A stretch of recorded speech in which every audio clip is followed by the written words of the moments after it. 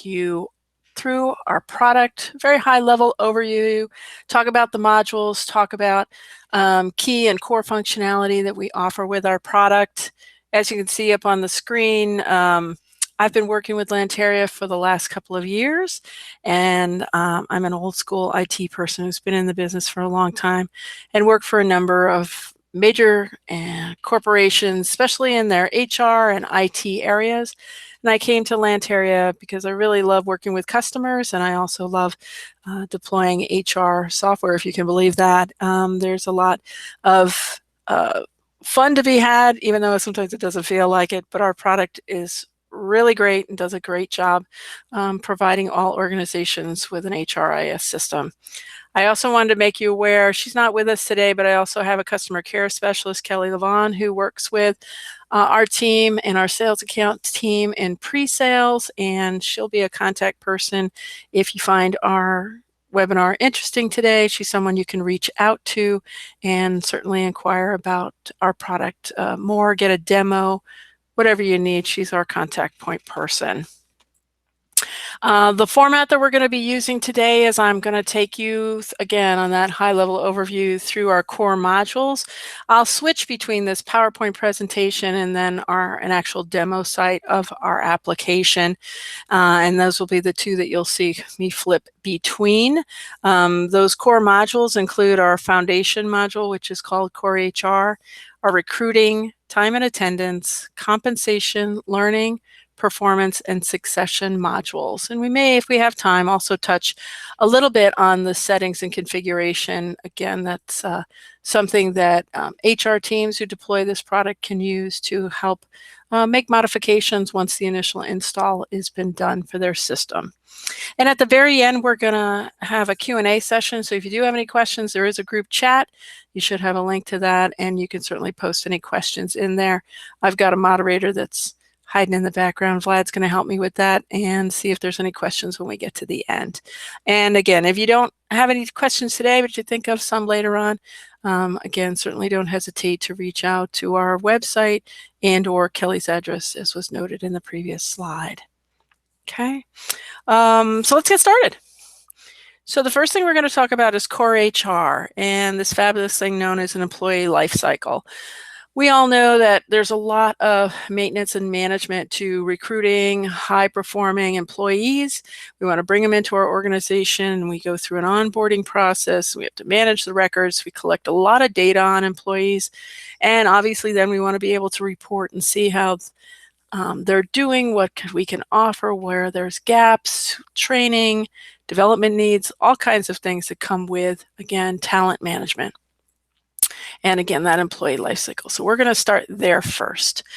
I call this module, that Core HR module for us in Lanteria, is a foundation module. And why I call it a foundation module is this is where all the core information on each employee is kept, how the structure of the organization is designed, and obviously that can change and fluctuate as your business needs require it to do so. But all this data that you're putting into the system initially is for the importance to be able to report back on it, to track, to assign, to, again, enroll people in training courses that are applicable to them. There is kind of a method to the madness behind all of this. That employee life cycle, as you can see on this slide, here's all the things that our modules more or less address when we're talking about that life cycle of an employee within the organization.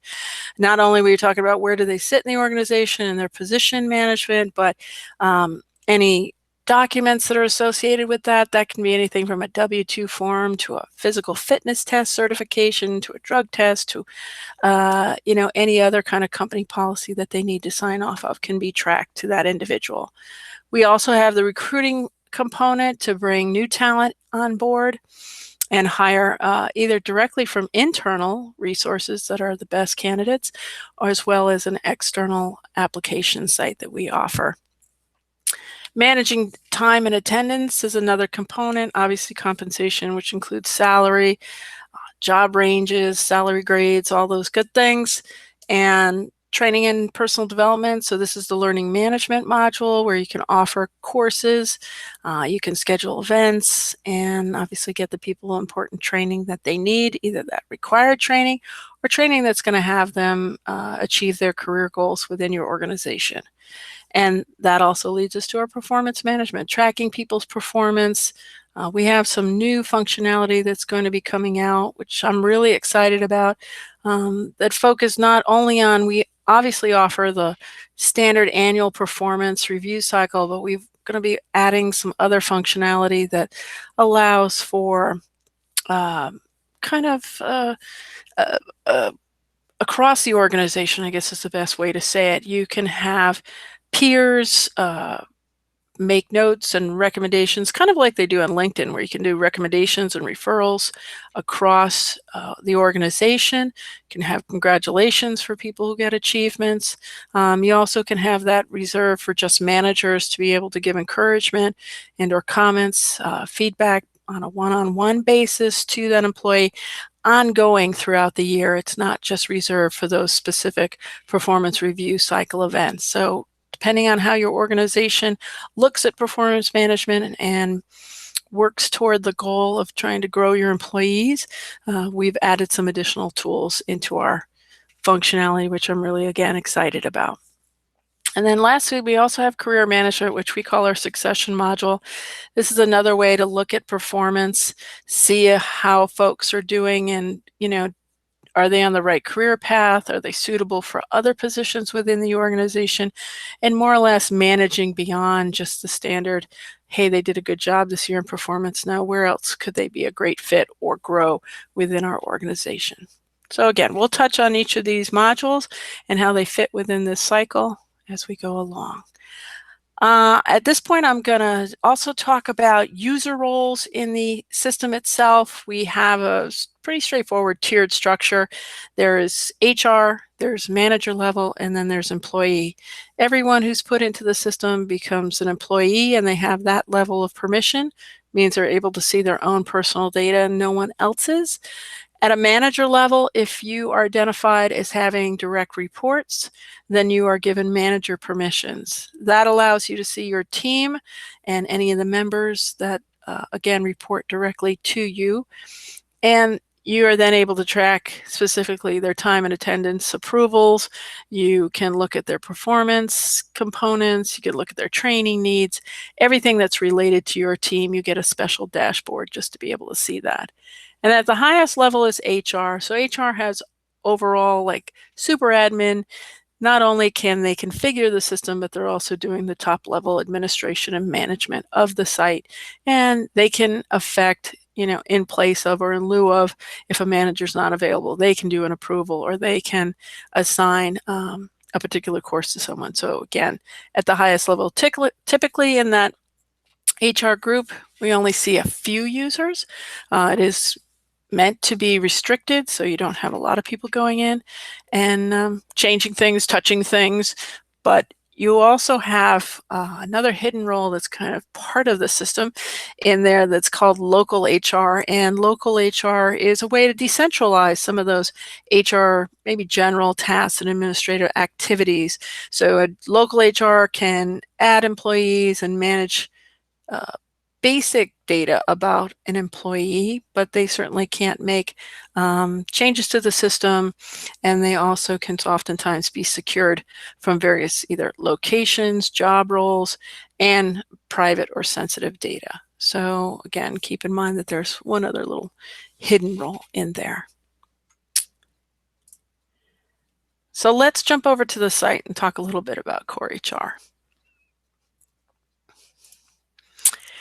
This is our home base for an HR level permission group. So I'm at the highest level right now, and I get to see this main dashboard, which has some various chart details here. It takes the data that has already been uploaded into the system and provides, again, map data in these 4 quadrants.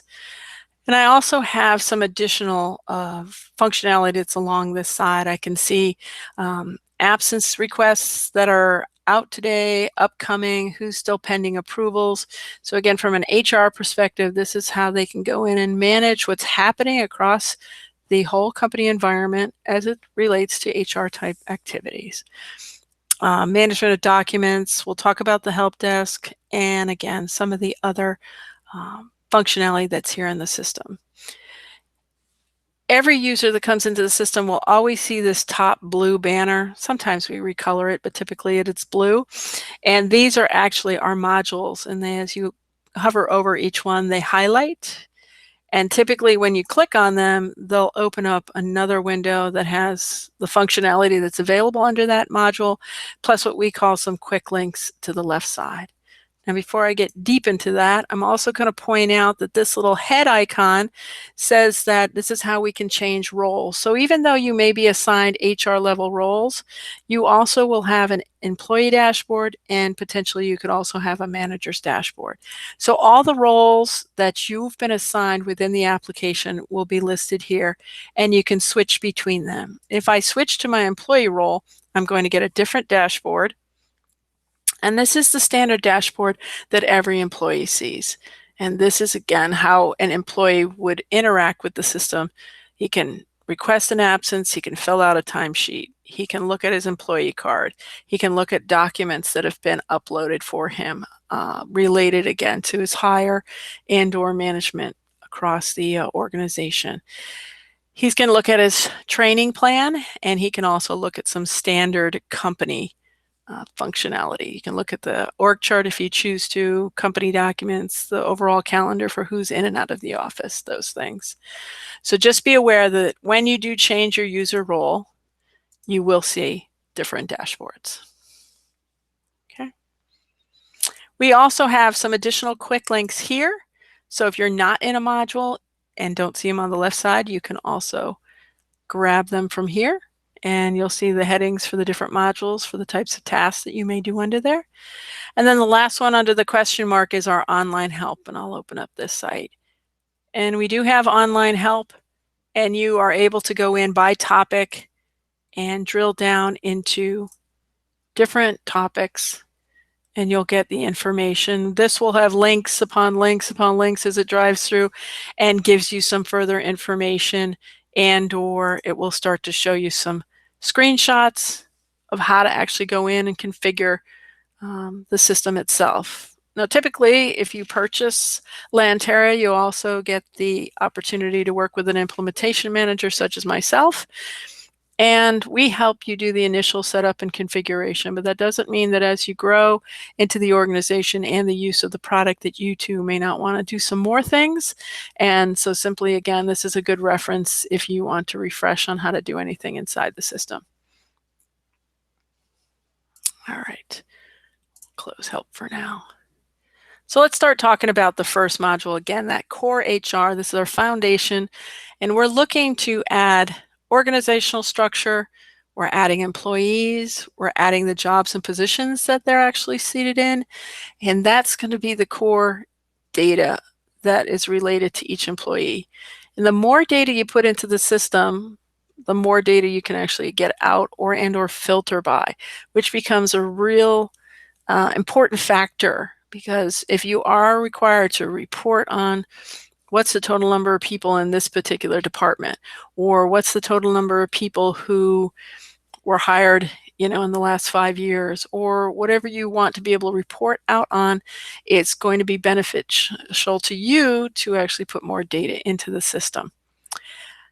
So let's start with org structure first. I think that's what my slide shows on the PowerPoint. So the organizational structure is, in the first view, it's just a folder view. It is still tiered and based upon the reporting structure. So here at the top level is upper management. Middle management reports to upper management, again, subset of this one. And then these two are subsets of middle management. And then we have sales, and then sub-sale groups, and then tech. And this is a nice, quick, and easy way to see quickly what the structure is for relationships between groups. But you can also click on each of these and it will show you who currently is the manager over that organizational group. So human resources, it's Tanya, and then who are the employees and what's the job role that they currently hold in that organizational unit.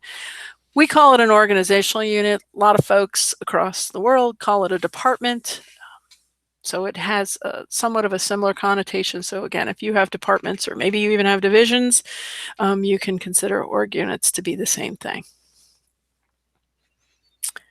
And again, as you click through these, you'll be able to see who the reporting structure is in terms of the manager and then who the employees are. And it's a very fast and quick way through folders to see the data within the organization. We have this feature called additional filters, and anytime you see that, if you click it, it'll have this additional drop down, and you can then pick by various countries. You could pick by locations, departments, or teams, or the other units. Again, part of this is how these groups are defined in the system. So you can set a division. You can then say, here's the departments under the division, and then here's the teams under the department. And that's what drives these filtered values. And as you use them, so let's say we just want to look at tech, you make the selection that you want. I don't know if anybody's in there. Let's see, there they are. So there's a few folks, and it just isolates that one view. Okay. Can also do, if we were to do, let's see, one level up. Let's do department. Well, let's do this. Let's do team. I think, I'm not sure if this one has a sales subgroup, but we'll just say, nope, just a few. So again, the filters can help you just, again, minimize what you're looking at so you're not overwhelmed by the data. Additionally, on this page, we have some additional views. You can see them up here. One's called the organizational chart. You can choose to hide the employees from the list. Here's the chart itself. You can also be specific and say, I only want to look down one level, two levels, and maybe up one level, two levels, whatever you want to do there. You can also use additional filters. And ultimately, you can export this table and this view to a PDF to be shared. It can, depending on how many departments and divisions you have, it can get quite large, so the export helps. But the additional filters also helps before you do the export so that you're not maybe looking at the whole giant chart, trying to print it off on a super big piece of paper. Instead, you're just looking at what you need to look at. What it's actually showing us is that same structure we saw on the previous page. So here's upper management with the manager of that department defined, and then the folks that report to her. Then you'll see middle management, and you'll see the post line between that. Then the breakout below middle management for these areas, and so on. There is additional functionality under each of the boxes. Some of it is to edit the data that's in there. It's to add another unit. It's to see how the information again is displayed and potentially again break off and add additional sub-organizational units. This is kind of a quick way to manage the organizational structure inside the system.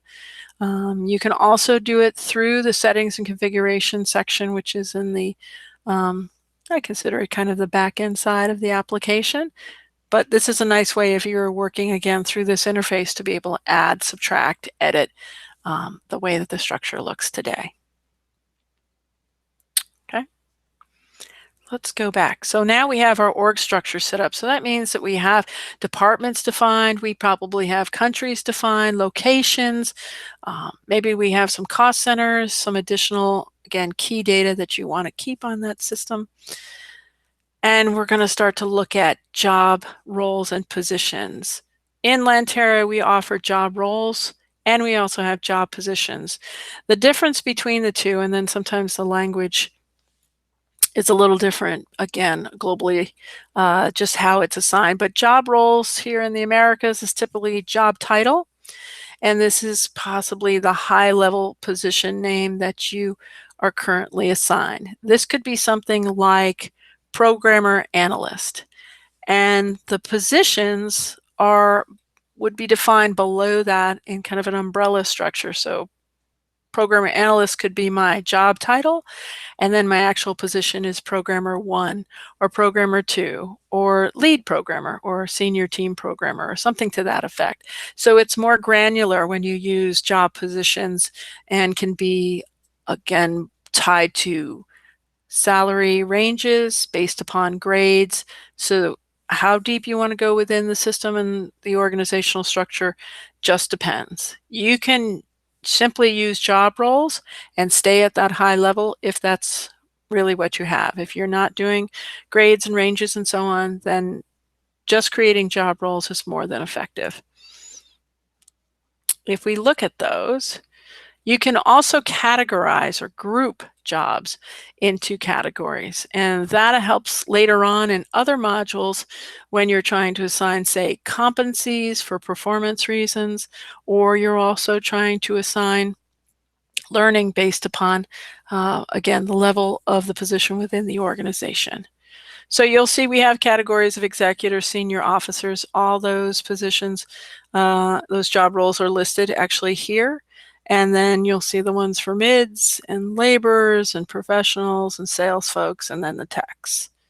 So again, it's a nice way to just organize. You don't have to do that, but it is a nice way for you to be able to see the information.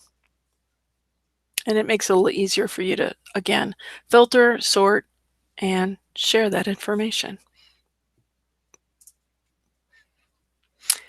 Now, job positions, if we look at those, you can see that these are more granular. Instead of just saying, I'm a sales rep, which could be the high level, it says a little bit more specifically that you might be a sales rep in a particular area. And in the demo system, this is, again, more specific, more granular. You also plan for that head count, so you can see a structure report later. If you had 4 sales reps you were trying to hire, if you only had hired 3, it will show you that you are still in need of 1 more to fill out what your plan is for your employment staff. Okay. You also can put in base salaries for these roles, so you have guidance for when you're hiring and recruiting people. And again, if there's any bonus structure that's provided, again, depending on the level of the role. So job roles, and then you can have job positions below there. And then the one nice thing here is you can also do position charts. So we're going to do it, already ran it for me. And again, this will also tell you how many you have and whether it's vacant or you have any. So again, if you're in need of other folks, this will give you a sense of how much you still have to hire for, but it will show you who currently is in there and how many, again, what's the availability. Okay. And this is something that the HR team can manage to, once again, when they're adding people. If you're going to have a major growth in the organization, you can add positions here by doing an additional add. You can obviously edit the box as well and edit the single position. And you can also add job description details in here, which can be very important when people are trying to understand what the changes are, differences between the different job positions and roles inside the organization. Right. So we've touched on the org structure, again, departments, who is responsible for those departments and how employees fit into that, employees' job roles with potentially the more granular view going down into job positions. And then lastly is going to be the employees. And right now we have 54 folks in our pseudo company here. You can add images to their card if you choose to do so. It's not required, but it's an option you can have. You will see that their job role is listed as well as what org unit they are in at this time. You'll see who their manager is. You can have a corporate email here, and you can also have an ID assigned to them. Now that ID can either be self-generating. We can set it up so that it will just incrementally, as you add employees, automatically assign them an ID, or you can self-create that ID for them as well. So sometimes, depending on the complexity of your employee numbers and or position codes, you can do something unique there. In this view, and as I said, you can scroll down across this, you'll see all the people that are currently in the organization. We have some additional views always here listed at the top. You can look at it by employee chart. This will give you the option to, again, if you pick a particular employee, let's pick Orange. I'm going to be picky here. Hang on. I think I typed her name right. There it is.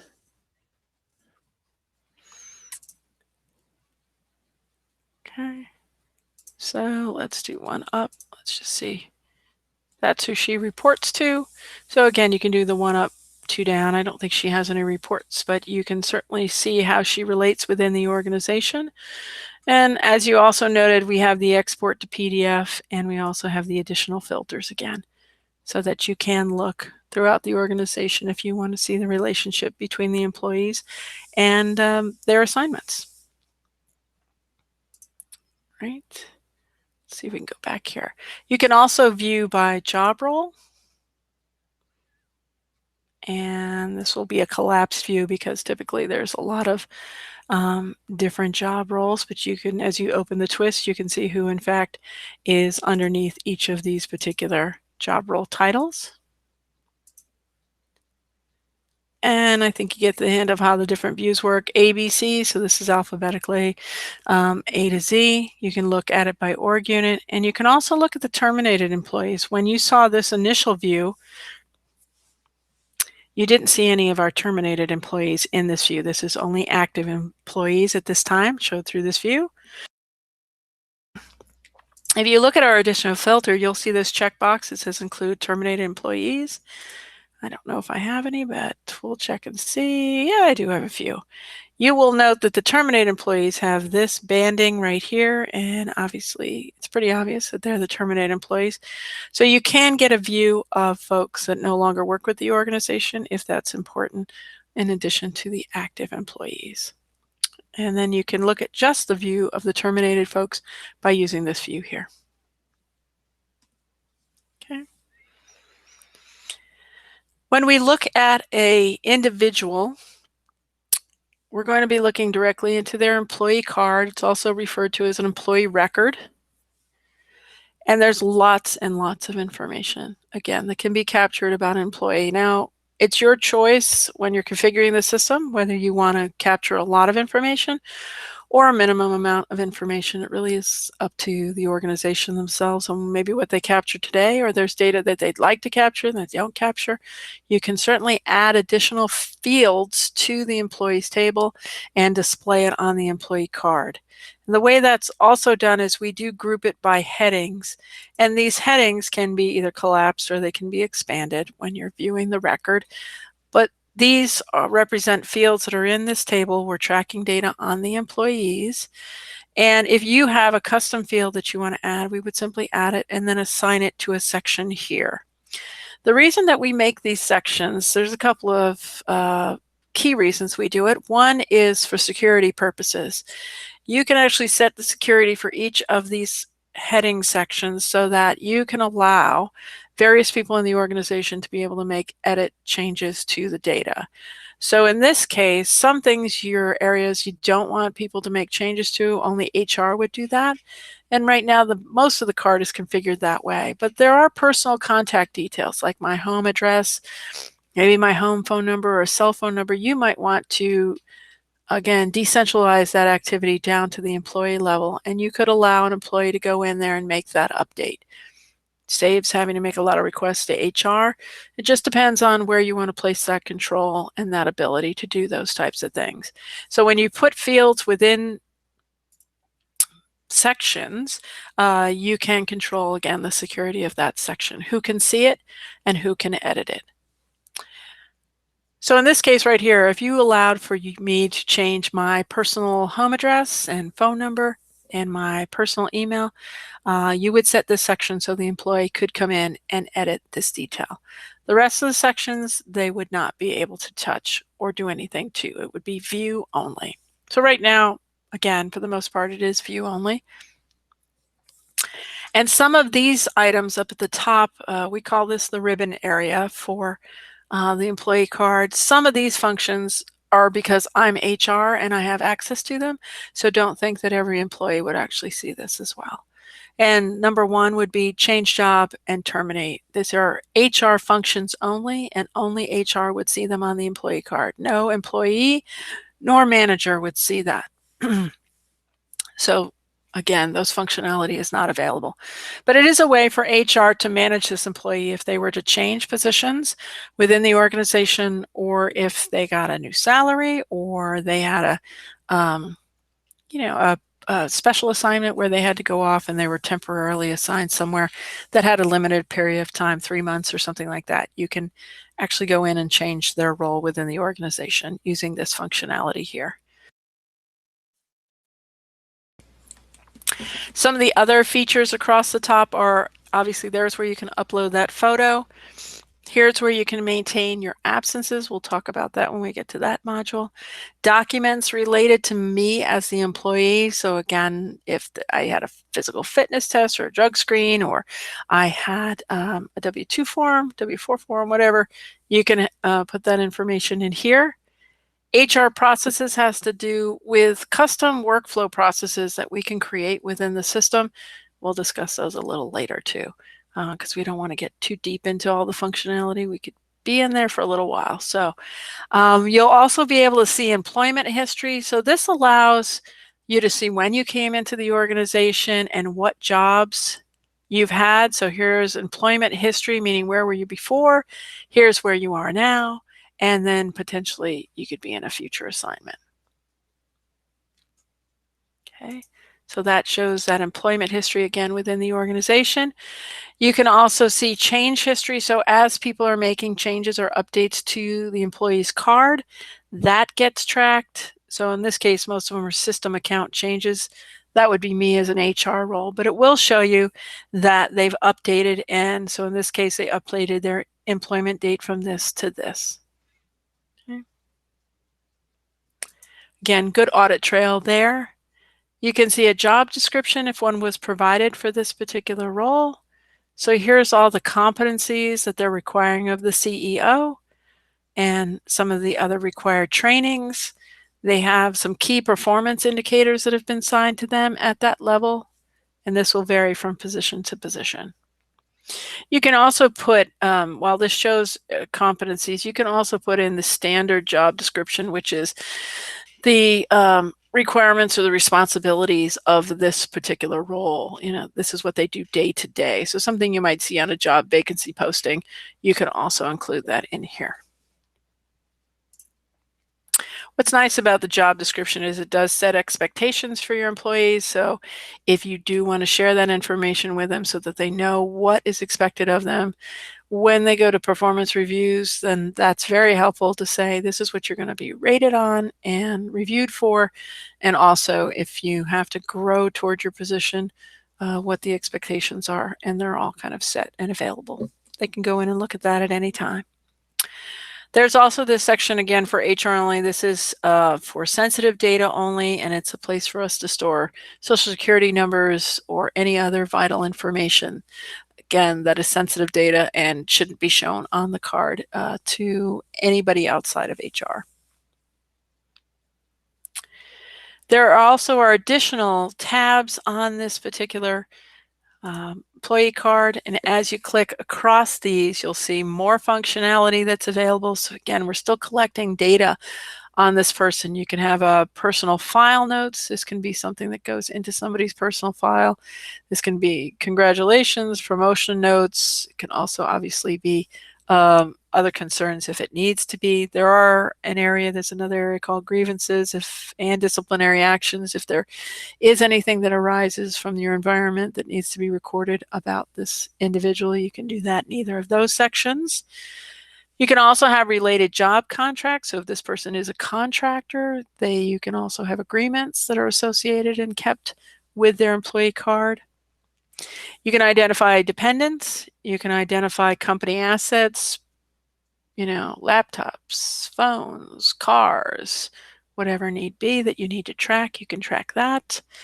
Skills are related, again, to the way you to make some definitions within the organization itself as it relates to key, I would say, key features that an employee might bring to the table within the organization. Maybe they're bilingual and you want them to identify that, or that they have a master's degree, or that they have a background in something. You can set what skills that you'd like to track, and the employee themselves can kind of self-evaluate, or a manager can self-evaluate. Maybe they want to list all the different types of programming languages that they're aware of and know. And how skills can be used later on is when you're searching for a replacement within the organization. Say a job position came available, maybe you need somebody who can speak Spanish for that, and you can go out and look across the organization and see who checked the box for being able to speak, read, write Spanish. And so you can help, again, within the organization to fill in other positions if you're not aware of folks who might have those skills. Education, obviously, schooling. You can list all the schools and degrees, certificates, diplomas that you've achieved. And lastly, here for emergency contacts. I found that this can be very important, especially I have a couple of different clients, one that's in the construction field, and emergency contacts can be very important, especially when people are out on job sites. If someone needs to be reached because something has unfortunately happened, this becomes very valuable for the HR team to be able to quickly reach out to their contacts. We also have a tab up here for compensation. This will show you salary details and history. We'll talk about that a little bit more when we talk about compensation. Performance module, so anything related to this employee, their goals, their key performance indicators, competencies assigned to their job role.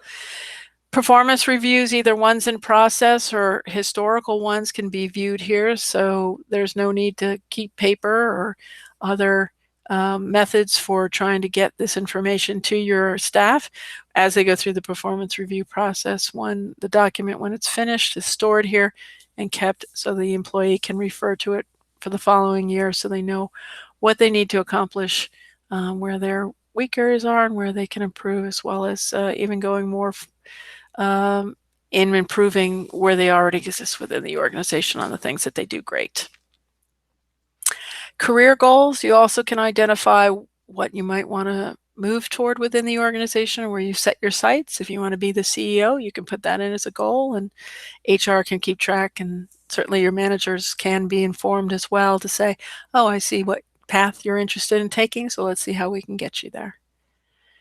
And then also, as part of performance, we do offer 360 feedback, a method of being able to send that form out to either peers or selected managers and or peers within the organization. And they can provide feedback if you've completed a project, or if you just want to see overall, if you're in the leadership position, you'd like to see some 360 feedback. You can set up that process and have it go and automate that for you, so that you can collectively gain information and get a report back to say, here's what everybody said, and here's your overall rating or score, where you're doing really well and maybe some areas of improvement. We also have a learning tab and lots of stuff here as well within our organization. You can assign yourself a learning activity that's based upon what's in the course catalog. You can look at your development plan. Either you can add items to your development plan, and this essentially is your training record, things that are in progress, courses that have been assigned to you or that you selected from the catalog would be listed here. And as you complete them, they'll be updated and recorded into what's called the grade book, and that keeps a running history of everything that you've completed, required trainings, selected trainings. It'll also show the certificates that you've earned for particular courses. Development needs is a way to keep a nice list of here's the things that I need to get more training on, or areas that I'm interested in, would like to get more training on. So it's a nice way to keep a running list. And your manager can also help with that and add items to that as well. Competency plan, this is a way for you to look at gaps within the competencies that may be set for your job role. So things like communications, customer service, team player, those things could be competencies, and then they have definitions below there as to how you perform them and how well you can meet them. And this will kind of do a gap report for you so that you can see where you're really strong and where you're, again, in an area in need of improvement. Certificates, simply a document library for you to be able to keep and track certificates related, again, to either external training, could be for internally offered training as well, could be for historical reasons, but it is essentially a document library that you can upload items to. Job compliance, again, this is going to match based upon the competencies that are defined for your job role, and you're going to look again and see how well do you meet those.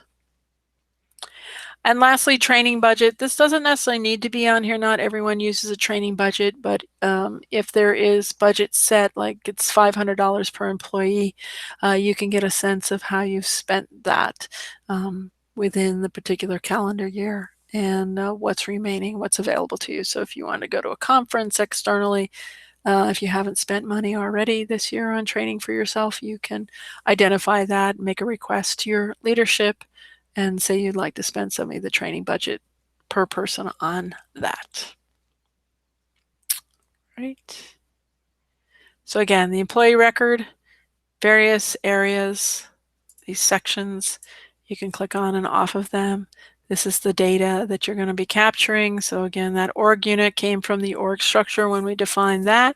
The job role came from job roles and positions when we defined that. And now we're actually an employee, and you define a few things about employees as well: status, type, obviously, again, that ID, and then who are you directly reporting to. As you can see, you can have additional managers as well, and within the organization, you may provide feedback on you, and or you might report to, maybe you're on a swing shift or you work different shifts. I have a lot of city organizations, government organizations that have different managers depending on the shift that they worked, either for that month, the week, whatever their schedule is. So sometimes during performance periods, they want to hear from other folks that you've reported to or been your supervisor during that time. So those folks can also be identified here. Okay. I think that takes us through the employee card, gives you an idea about, again, the core functionality. There is additional items here, approval requests, processes, and documents that are going to be discussed probably in much more detail. We have other webinars that are going to be coming up. We're going to drill down into each of these modules much more deeply, and so that we can start to show you how things are configured or how they actually work. Today I'm going to still just talk at a higher level so that you get a good sense of how the system, again, is set up and what kind of high level core functionality is available. All right, let's pop back over here. So we talked about these items, the organizational structure, those job roles and position, management of that, and the structure report. Some of that can be done from the positions chart.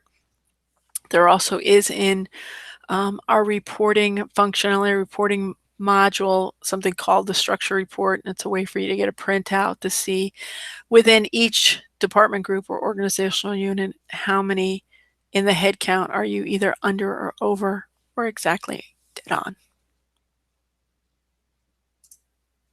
There was the information about the employee card.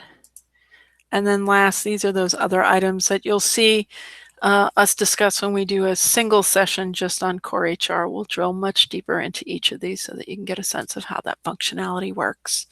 The one item I don't think I did touch on was the HR help desk. We do offer a pretty much it's kind of a standard help desk in the sense that the employees can reach out and ask questions directly of HR personnel, things that Maybe they had a question about they had an absence and they need to change the dates for it. How do I do that? I want to be able to see this. I want to be able to add that. Can I do it? Those kinds of questions. So anything as an open question back to HR, you can use the internally built help desk to funnel those questions and keep track. And sometimes you have other help desk systems within the organization. This certainly isn't made to replace those.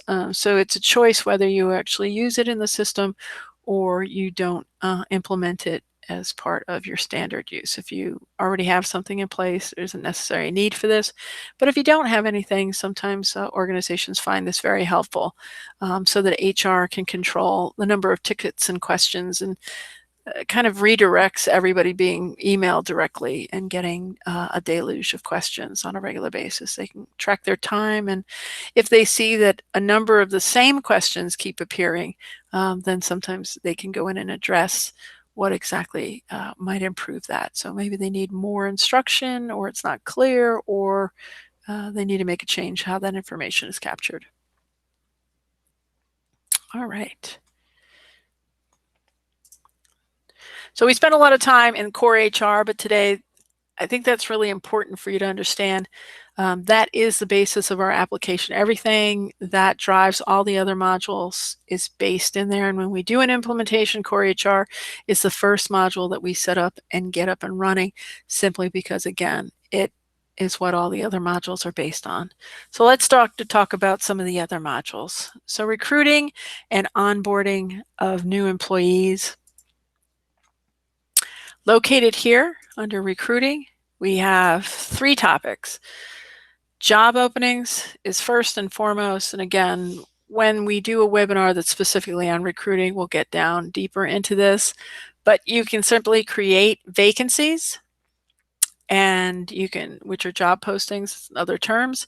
You can define what those are, where are they in the organization that you're hiring for, if there's a particular location.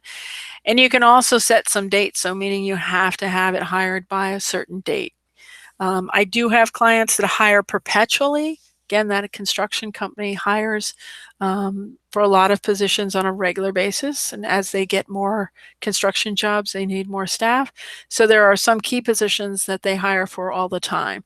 And those are listed like project manager or construction supervisor. That kind of thing is listed on a regular basis, and there is no due date set because, again, they're perpetually hiring for that role. In this view itself, you'll see that as you create postings, you can gain approval if that's required within your organization, meaning nothing can be added until leadership says you can go out and post this job, or you can just create them as being open. This will be the counter here that says right now I have 7 open positions.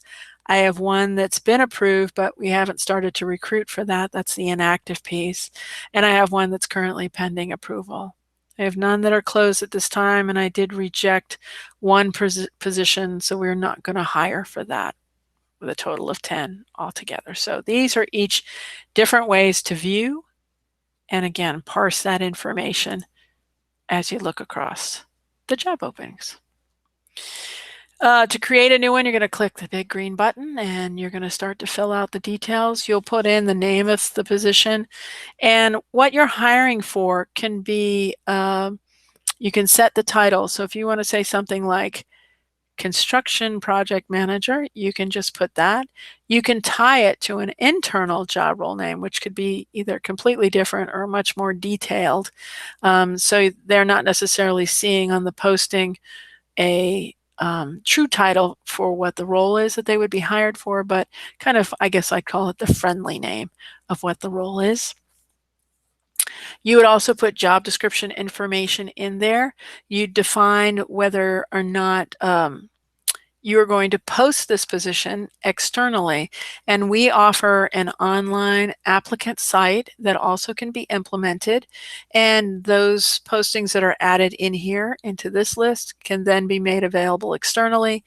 You can define a lot about that position in sense that you can define custom questions for that role if you need to determine if this person's a good fit or not a good fit. You can ask if they have a certain level of education or years of experience or knowledge of a certain product or tool.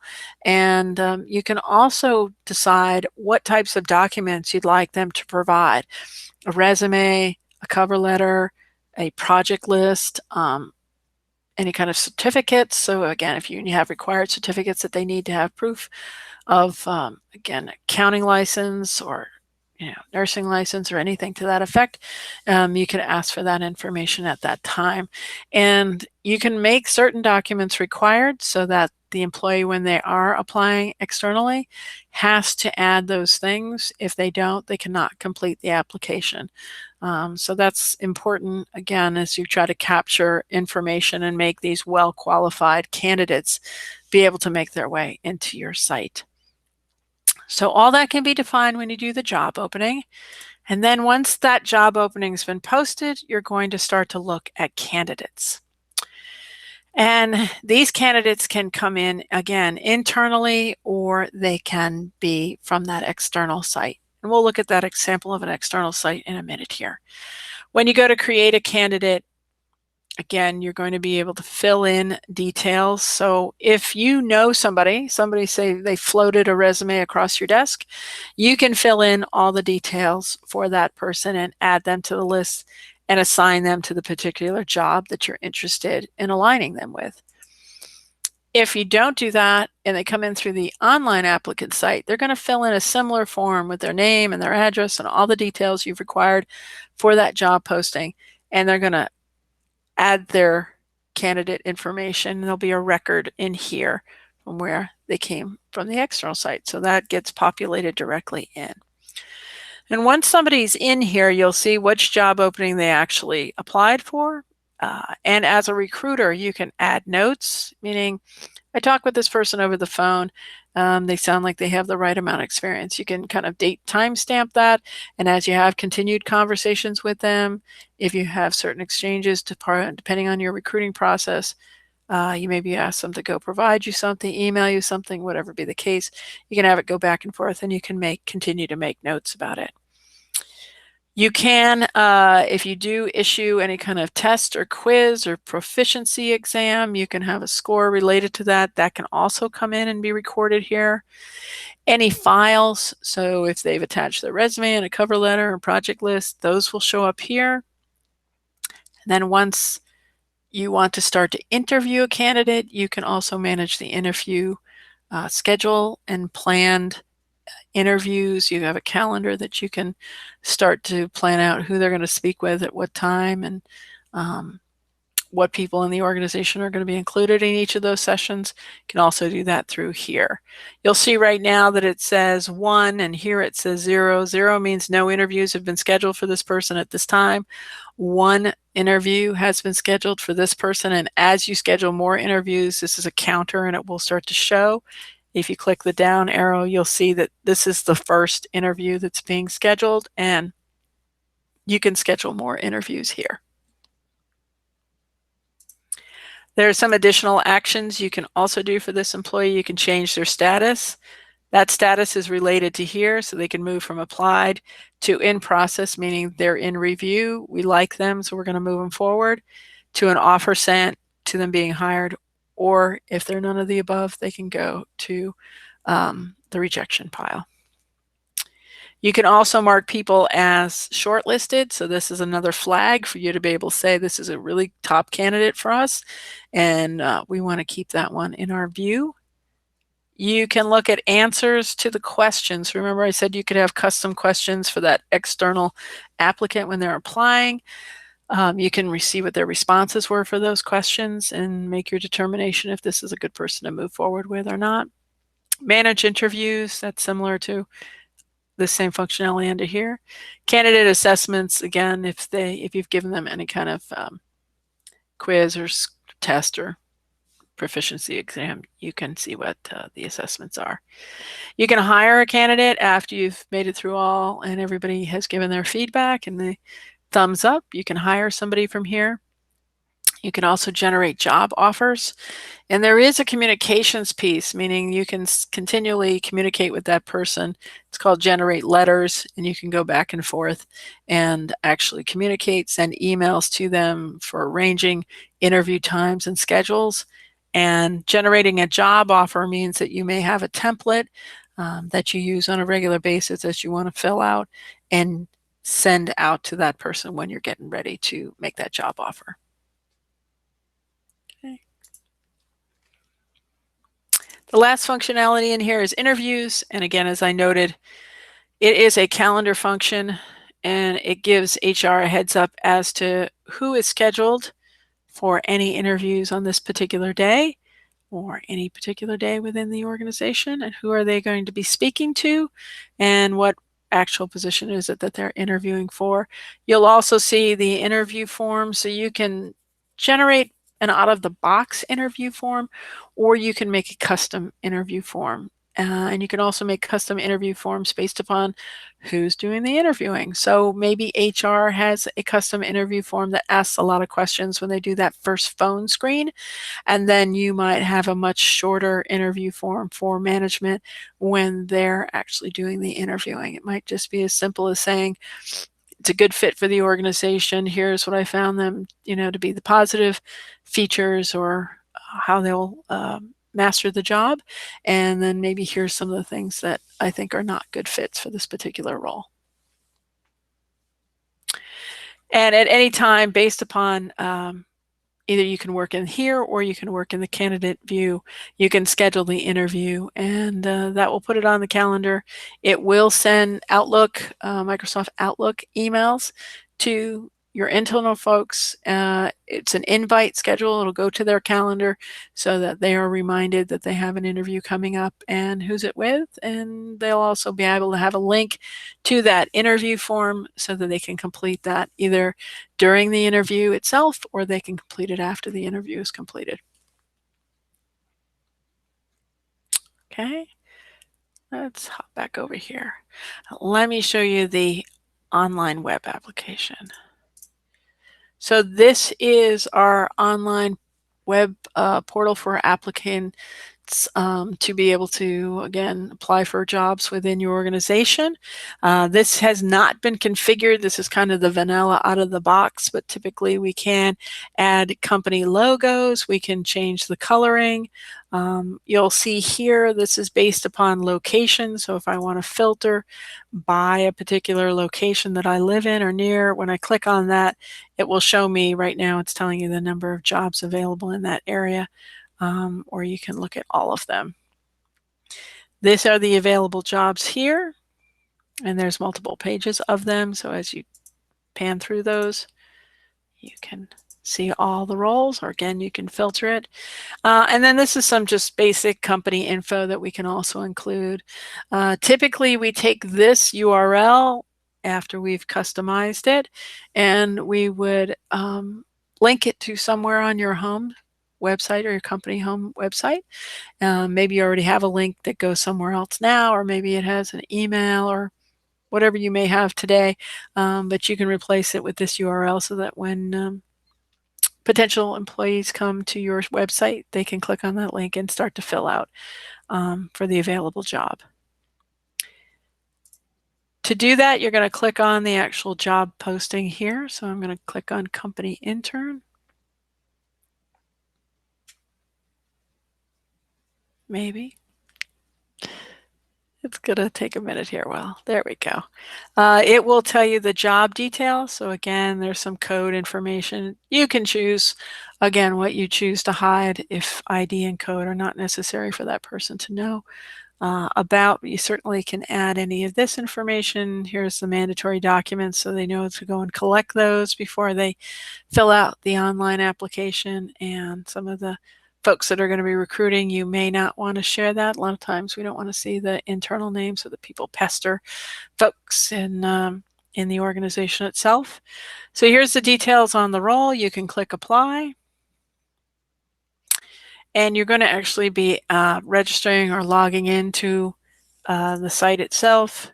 And that helps later on. So after you've posted for jobs, you can always come back in and take a look and see if the status is that you are moved in between, meaning have you been moved to in process, or they're not necessarily going to see in process, or they're not going to see rejected, but they may see something like this job is no longer available, or another candidate has been selected, whatever text you'd like it to say.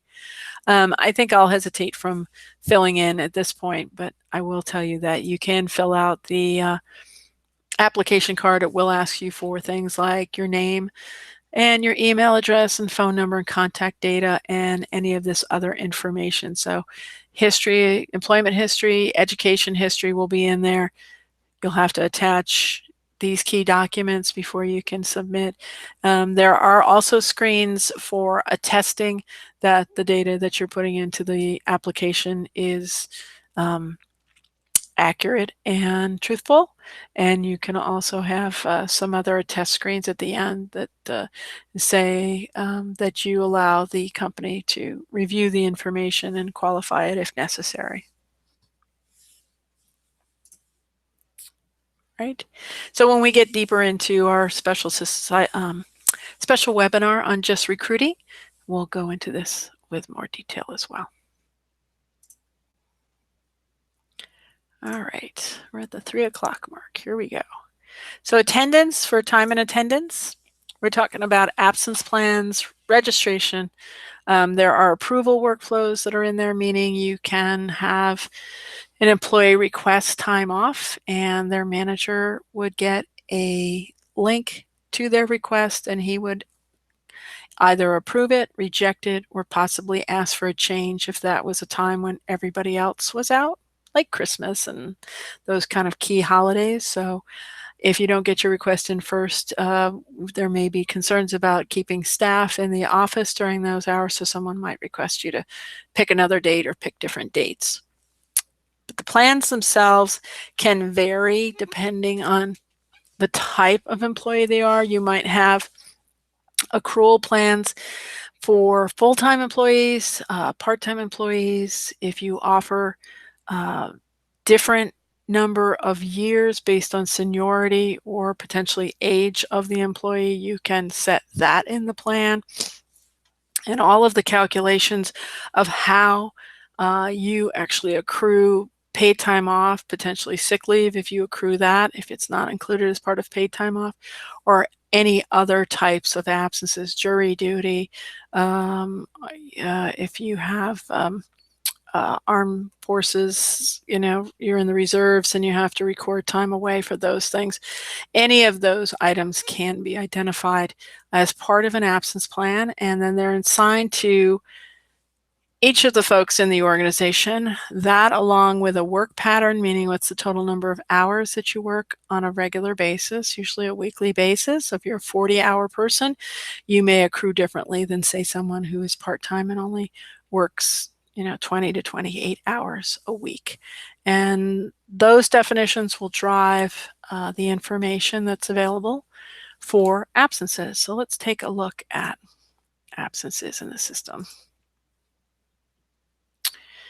Let's look at it from an employee perspective. I think that might be a good start.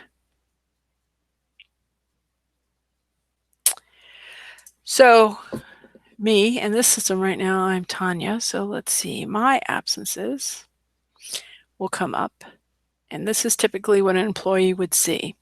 They're going to see the total paid leave that's accrued for them every year. And then they're also going to see what they have booked. So that means what they have made requests for and that have been approved. So they're scheduled. I haven't taken them yet, though. You'll see that number. And none are pending, which means there are no outstanding approvals that need to be made. And if you take that from that, you get what's left over. So every employee will always have a good sense of how many days do I get? How many days have I scheduled? What were they for? And then what do I have left over to take? You have the options to set some variables, like you can allow for carryover at the end of the year if your organization does so. So that and you can also set for how much. So maybe you only allow them to carry over 5 days at the end of the year, maybe 10 days is the max. Again, definitions when you're doing the configuration of how you want the plan to look.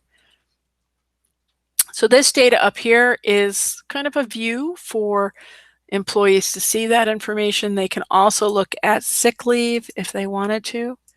And this will change if in fact it's configured. We'll see. Okay, so she doesn't have any set number of sick days that are allotted, but it shows that they've taken 6 days already that were identified as sick leave. Let's go back to vacations so we can keep positive numbers in there. And then the lower half of the screen actually has to do with the mechanics of making a request. So I'm going to register an absence by clicking the big green button. And what's below here is historically what I've already requested. And you can see by the types of absences, right now this just says absence, but you could put alongside of it a definition, meaning it was for jury duty, or it was for leave of absence, or it was for family leave, or it was for military service, or whatever other categories that you'd like to define below there. Or you can just have it as other. Again, it depends on how granular you want it to be and if you track that information today. Otherwise, you'll see vacation requests, you'll see sick leave requests, and again, whether they've been approved. If there's any comments or history related to that, you can see those here. You can request a change, meaning I really didn't take all those days I said I was going to take. I took 2 instead of 3, or they were different dates. You can request a change, or you can request overall whole cancellation, which would in itself still require an approval to cancel that so that those days go back into your bank. And here for the registration, so I'm going to register a vacations. This is typically other absence requests, as those ones I've noted, like jury duty or military service, or I'm going to register sick leave. When you do that, you're going to get a nice form. The form's going to ask you, when are you leaving? When are you coming back? Is it going to be in the morning or the afternoon? And the system usually will self-calculate. So if I say that I'm going to be out tomorrow and I'm not going to be back till Monday, it will work out that I'm gone for those 3 days. Okay. And you can also put additional notes here if you want to share that with your manager to tell them something about the absence. You can pick the vacation type. In this case, it's vacation. You can have other types if you want to. And you can also set an acting person. So if you do have direct reports and you need someone to do approvals for you while you're away, you can request that that person, either a sub-supervisor or someone else in the organization, to do that work for you, and you'd identify them here.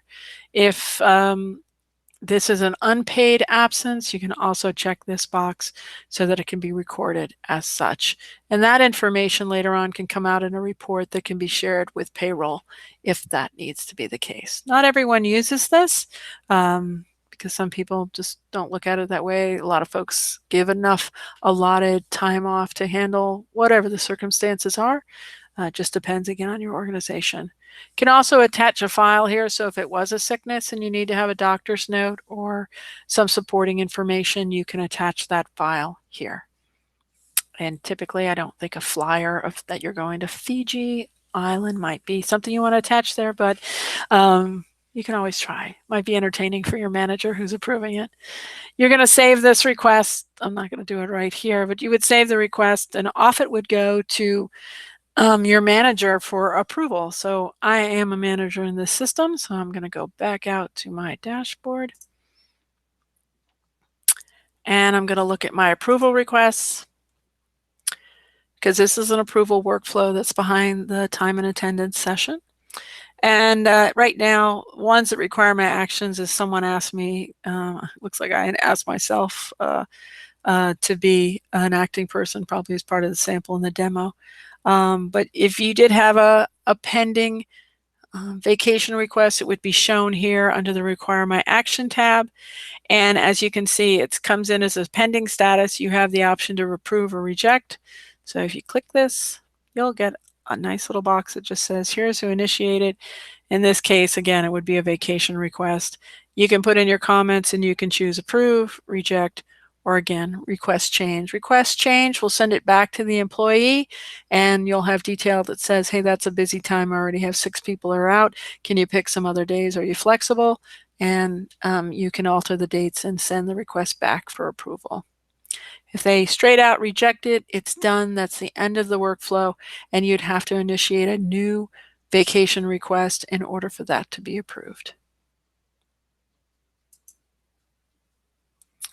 You can also see any of the ones that you yourself created. So this is, again, requests that you've created for approvals for your management as well. Okay. So that is a lot around absences and how employees can register absences and gain approval from their leadership. We also have timesheets and time registration. So let's go to my timesheets. As an employee, I can also enter information about what I worked on this week and how many hours I spent on it. The way our timesheets are set up is you can have a project. In this case, I have project 4. And then I have project 4 activities. Now you can make multiple projects and you can make multiple activities. We use this timesheet functionality inside Lanteria itself. So an example would be me. I have a number of clients, client A, B, C, and D. And for each of them, I have activities below there, things like configuration, consultancy, training, project management, and I can pick the activity that I spent time on, and then I can put in the value of time that I actually spent that day doing that work, and I save my changes. If my work pattern is that I'm set at 8 hours a day, it will flag that once I roll off of this, it'll flag that 8 out of 8 hours, and typically it can either show it as a green status so that it's changed. Let's see if I can get it to show me a different date. It'll flag it to say you've met the minimum number of hours, and anything you go over at that point you can certainly add. It will show what the total number of hours is that you spent that day. When it's flagged red, that means in this case it's 0. You don't have enough hours to meet the minimum. And so again, employees get the visual cue to be able to see, oh, I need to put in some more activities and some more data. When you're finished filling all of this out, you can set this to go for approvals. This too can follow a similar workflow. You're actually going to send your timesheet to your manager. They're going to see this same view. They're going to see what you spent your time on, and they're going to approve your timesheet. And then that data can obviously, again, be reported on and shared with payroll or anyone else you need to send that report to. And you'll see there's a quick link to the timesheet report so that you can always go back and look at how people spent their time and what was the total number of hours maybe for a particular project that everyone worked on, or again, how much vacation everyone took. You can have your choice and kind of filter based upon the activities that people do. You want to also think about that they potentially could be a lot of maybe in our case, non-billable activities, but standard activities within the organization, such as vacations or administrative tasks, or again, meetings, learning, internal things that happen on a regular basis, but you still need to account for your time. Those can also be added as projects, and then obviously there can be related activities. So in this case, it could say internal tasks for the project, and then the activity could be meeting, training, helping someone else out of the office, whatever it needs to be. Okay. All right. Let's talk about compensation. So employee salary details, history, we saw those icons under the compensation tab on the employee card. That's where you would find that detail. Let's take a quick look at that before we go on.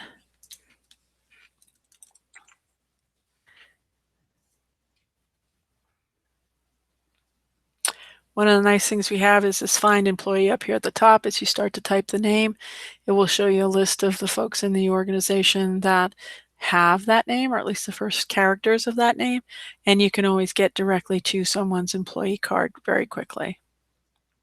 So compensation we were talking about, here's salary history, here's salary details. So you can choose whether employees see this or not. It just depends on, again, your organizational best practices. If you don't want this made available, it can be seen only by managers, or it could only be seen by HR. And that's just the restrictions and permissions that can be set on that. So right here, again, no employee gets to change their salary. This is something that, because I have HR permissions, it's showing me. But you would be able to see the details, what their base salary rate is, what's the annual salary that they're getting, any other variable or additional position, bonus information, personal allowances, if they're maybe they're given money for because they're a salesperson and they have an allowance to for lunch allowance to take clients out, prospective clients, and those kinds of things. You can set a pay class, and obviously what's the total for the cost of this employee. So any of these fields, and you can always add other fields. I just had a client and added some additional fields. You can track additional information as it relates to their compensation package that you're providing. And then the history, again, you can choose to whether they see this or not, is the detail behind. Here's the changes potentially as I went from one salary to another and when they were effective. And there's also this item called salary reviews. You saw it probably on my card. You can send out, and at any time within the year, actually, you can send out a review of the salary. So maybe right before performance time, you might want to solicit managers to say, do you have any employees that you're recommending for either a bonus, a major cost of living upgrade, or any additional funds, maybe a promotion, and what would that include as part of the upgrade of salary. And it works similar to a performance review as it cycles around, usually goes to the manager, and then it comes back to HR for review. HR has the choice if they want to override it. I don't agree with what was recommended, but it is a way for you in HR to solicit and collect data from managers based upon their thoughts on the employee's performance. And that's what the salary review has to do with. So if they partook in that, that's part of where they get these awarded amounts. Okay. Job grades and ranges. Again, when we dig into compensation module more, we'll talk about this. But if you do use job grades, you can set things like A, B, C, D, 1, 2, 3, 4. Those are probably the simplest grades you could have. And then you can place job roles within those grades, and then you can define the salary ranges for those job roles inside of those grades. Those grades can be applied, and where they're seen is typically when you're doing compensation reports that you can see what's recommended for this person. Are they at the top of their band, and do they need to work toward promotion, or do they need to find a different position for this person? Otherwise, they may not be eligible for future raises, or if they do, they're going to be very short or minor in compensation changes. So grades and ranges can be defined. As I just talked about the salary view, that's the option to be able to go out and solicit information for recommendations for managers for increases for employees. You can also do bonus distribution. There's something called a bonus sheet, so you can do the same thing. You can all go out and solicit managers for their input on that, or you can determine how bonuses will be distributed across maybe a particular department, like sales. You have a set amount of a bonus, $100,000, and you want to parse that across 10 people. You can do it evenly, or you can actually pick an award depending on performance, who should get more and who gets the base amount. The salary sheet itself is a way, let me pop back over to HR, because again, the HR is going to see this data. This is a way for you to see overall everyone in the organization and for you to be able to see the current salaries. So you can see by employee ID, what the details are about that particular employee, and then what the base rate is for that. You scroll across, you'll get the annual salary and any of variable information, bonus distributions, and so on will be all the way across here. And you'll see all the details on that person in the salary sheet. Remember that you have this additional filters, so you don't have to try to consume all of the data across the whole organization. You can parse it down, and you can also export this report so that it can be manipulated in Excel if you need to, again, present it in a different way, pie chart it, do something unique with it.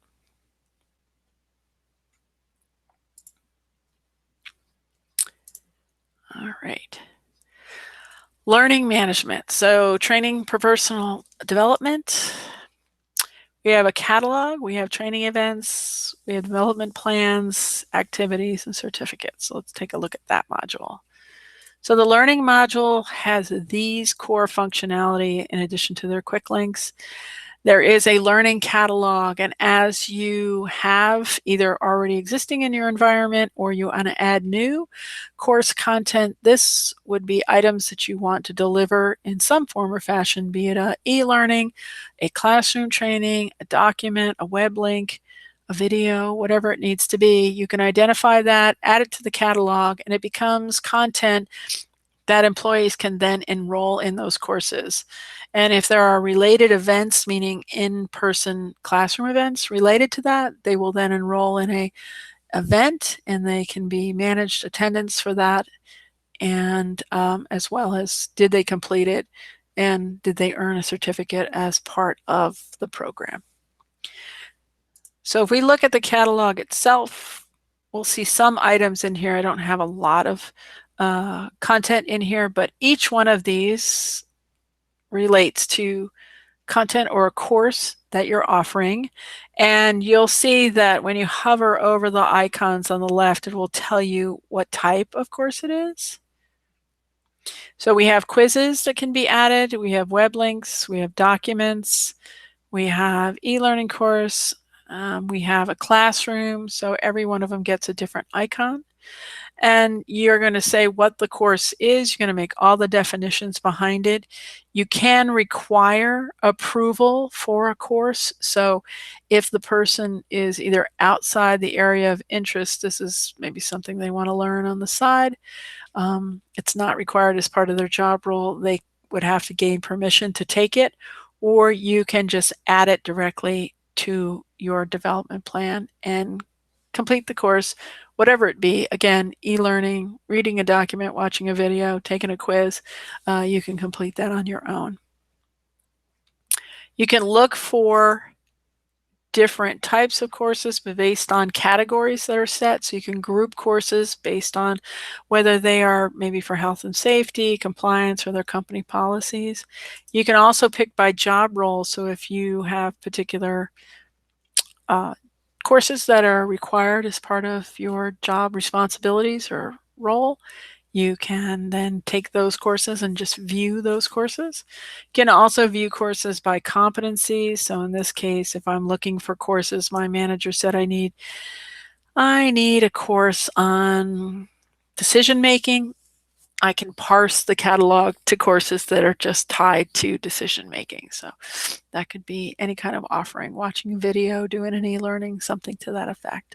So these help you parse the catalog so that you can view, again, subsets of what you see here rather than scrolling and scrolling and scrolling through the catalog. And you can also go in and look at the course itself, and you'll see details can be added here. So a description of the course can be added here. And then when you click add it, we'll add it to your development plan.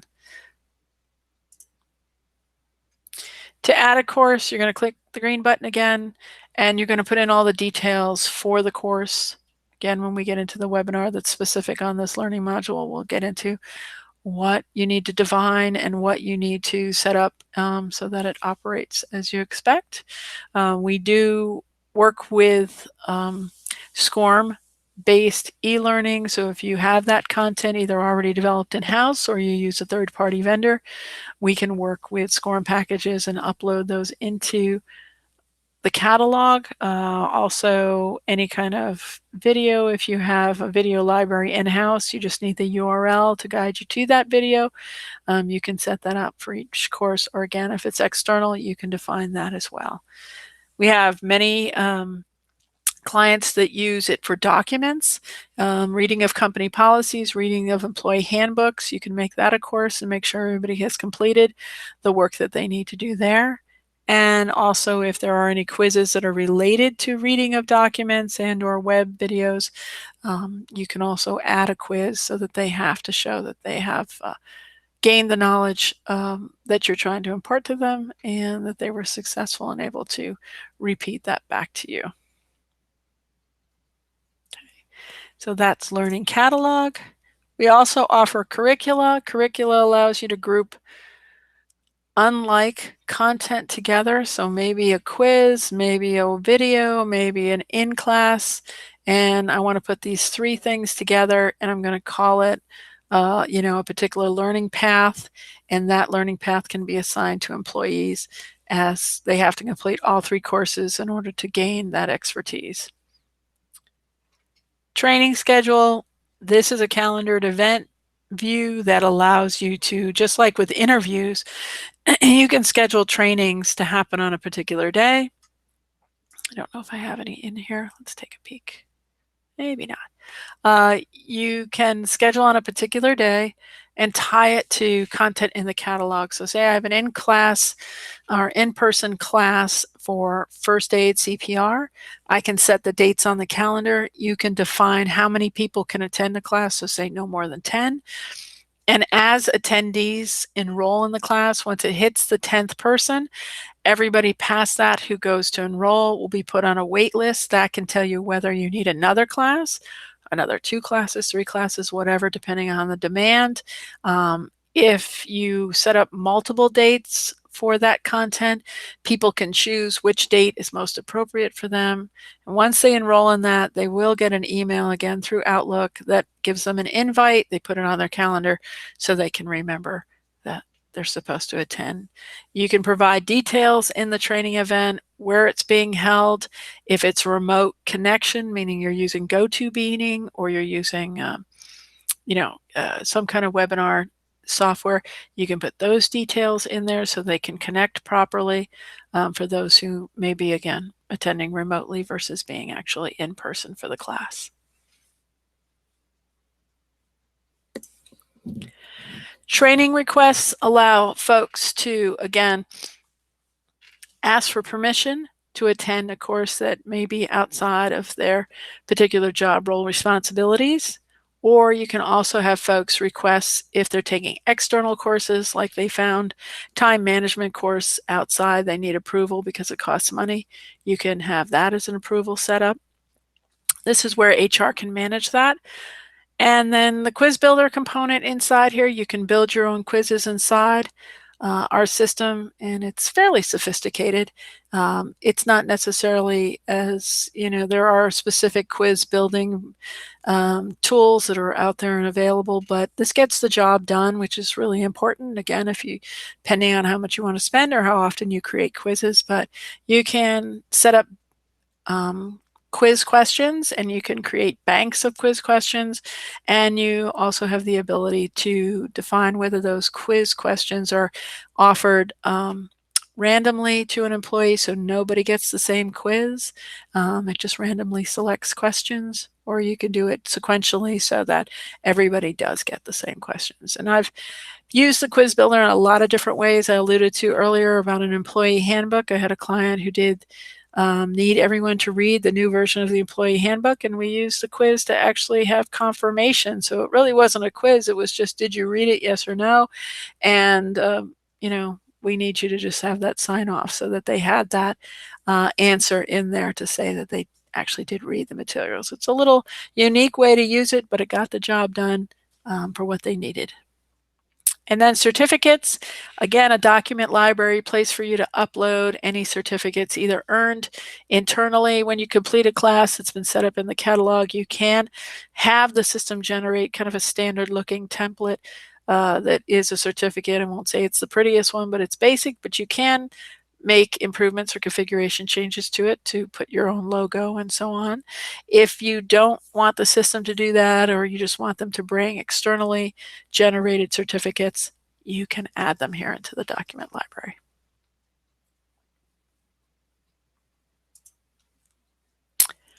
All right, back over, we're coming up.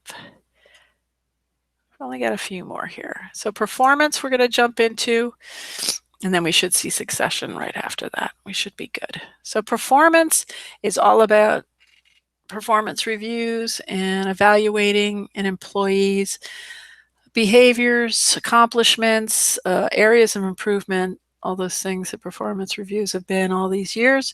You could define goals. Obviously, you can also set up a competency framework based upon that job role of things that they need to have or achieve.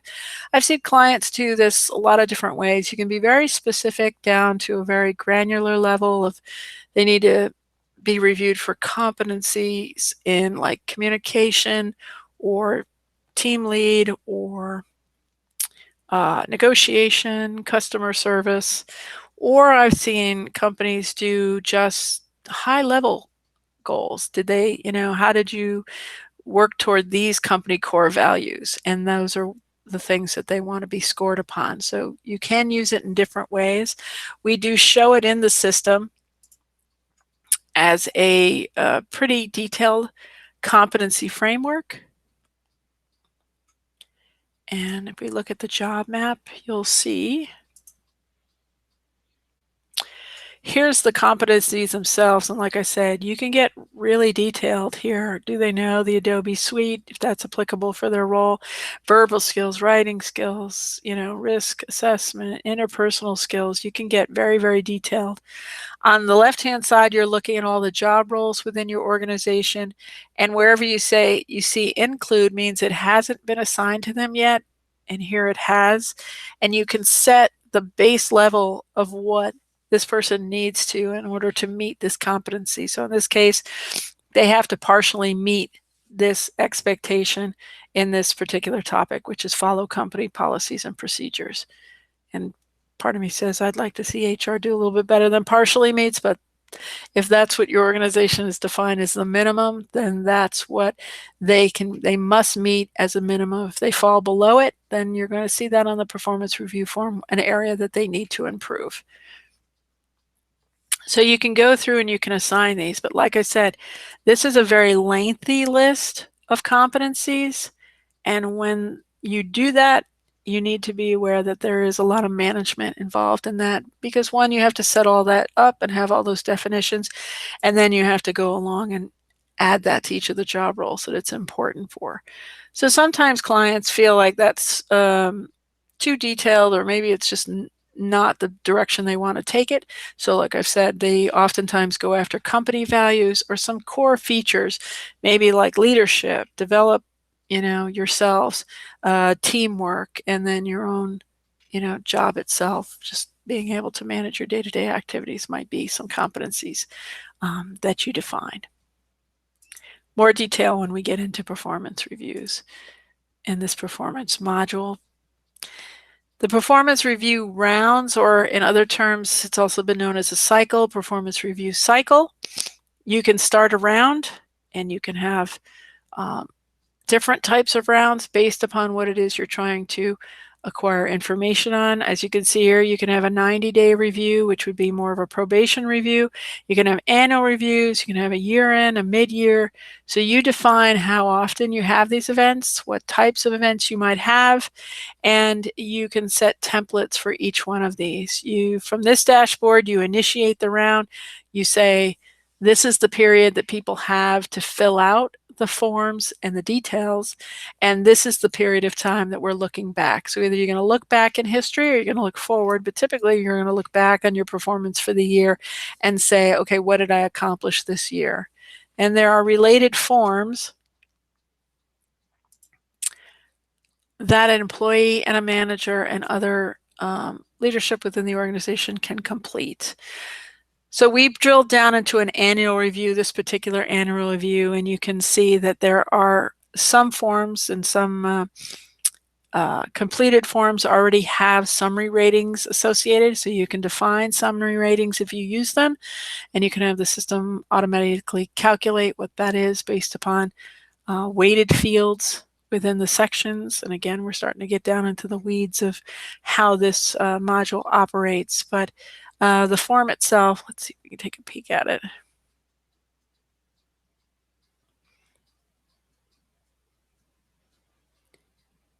This is how a performance review form could look. And again, custom configuration, you can add as many sections as you'd like. This one has 7, or you can reduce it to a limited amount. In this case, you'll see that there's a lot of performance objectives. Those are goals. It's another word for goals. And this person had a whole bunch. And they're being scored accordingly, and whether they completed it, they haven't started it, those kinds of things. They also have key performance indicators.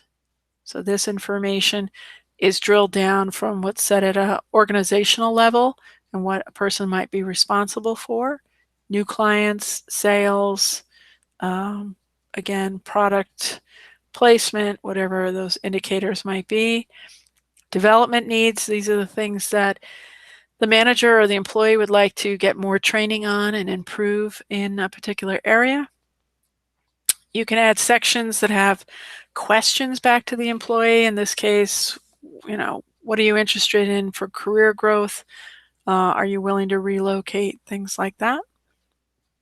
And you can also have a summary evaluation. And this is how did you do on competencies, meeting the competencies assigned to you, and how did you, again, what was the rating that was assigned to you based upon performance objectives. This can be either auto-calculated or it can be manual calculated. So you can have the manager choose to, at his discretion, assign the actual level of accomplishment, or you can have the system calculate it based upon, again, as I noted, weighted scores. And we should see, as I scroll, sorry here. So some of this weighting can play into what your actual score is at the end. All right, so this would be the form.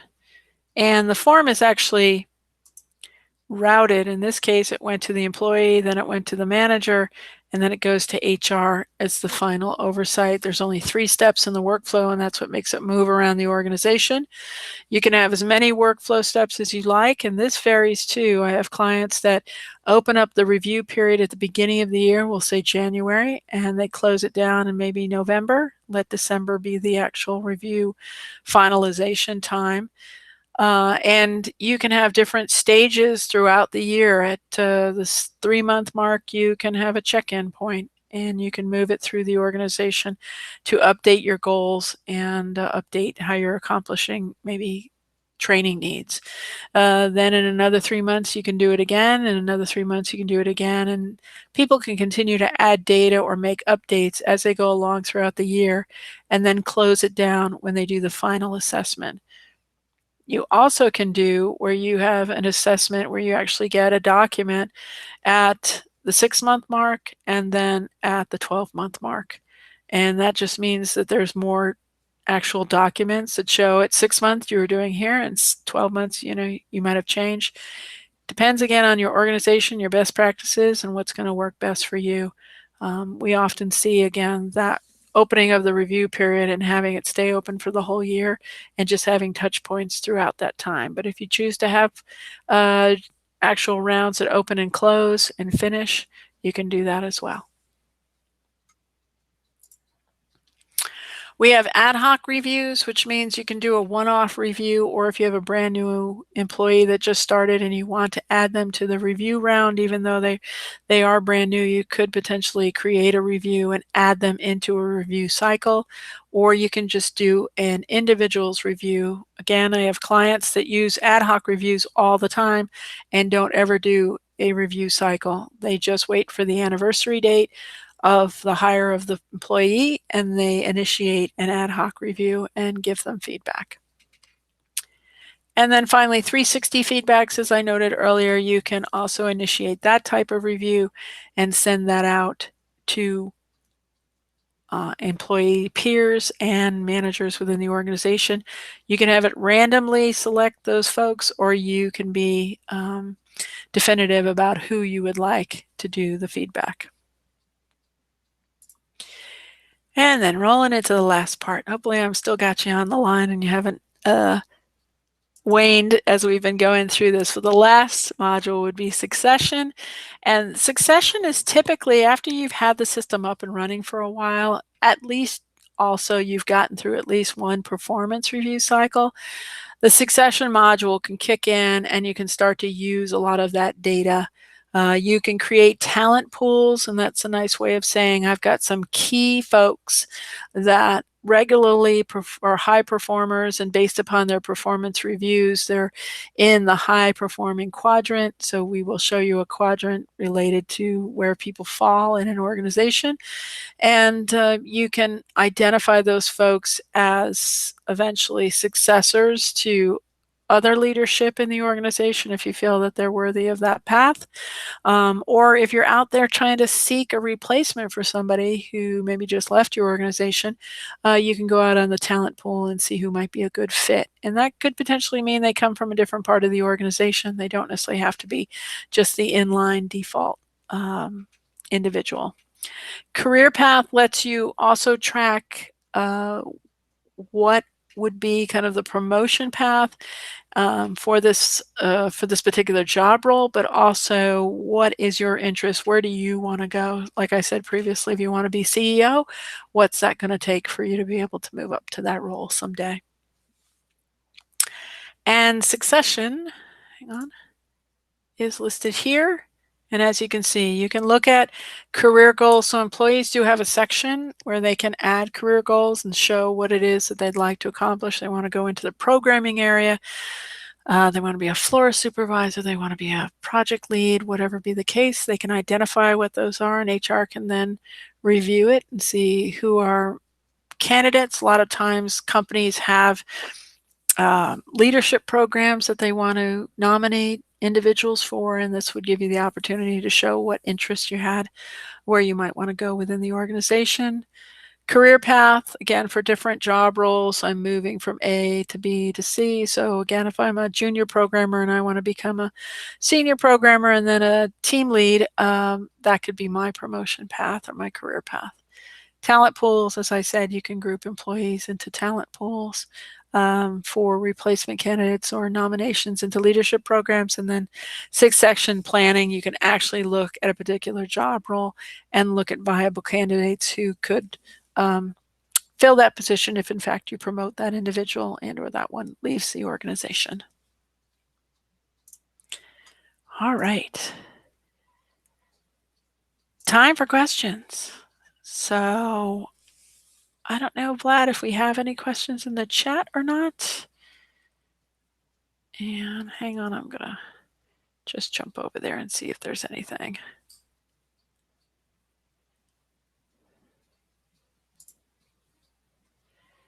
All right.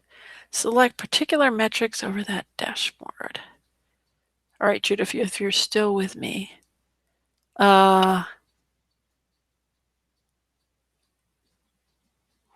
Oh, the metrics on the main dashboard. You can make some choices. Typically right now, we configure that. If you don't need to see countries, we can, remove some of the functionality that's there.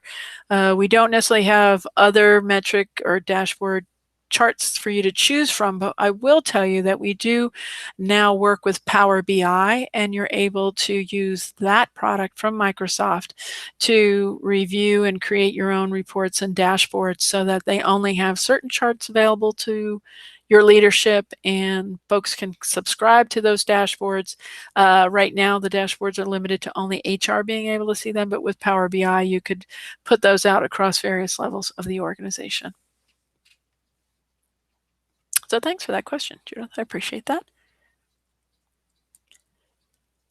And if we don't have any other questions, then I'm going to say thanks for listening to me all this time. I know if you did hang in there all this time, I really appreciate it.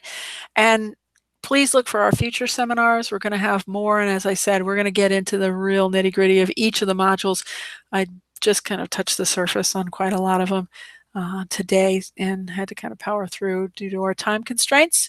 But go out to our website, look for future dates and times, and email said we'll let you know when we have them. I think we're going to try to shoot for once a month to have these sessions, so that you can certainly look for those invites and or go to our website to look for that information. So again, thank you for your time, and I appreciate it, and everybody have a great day.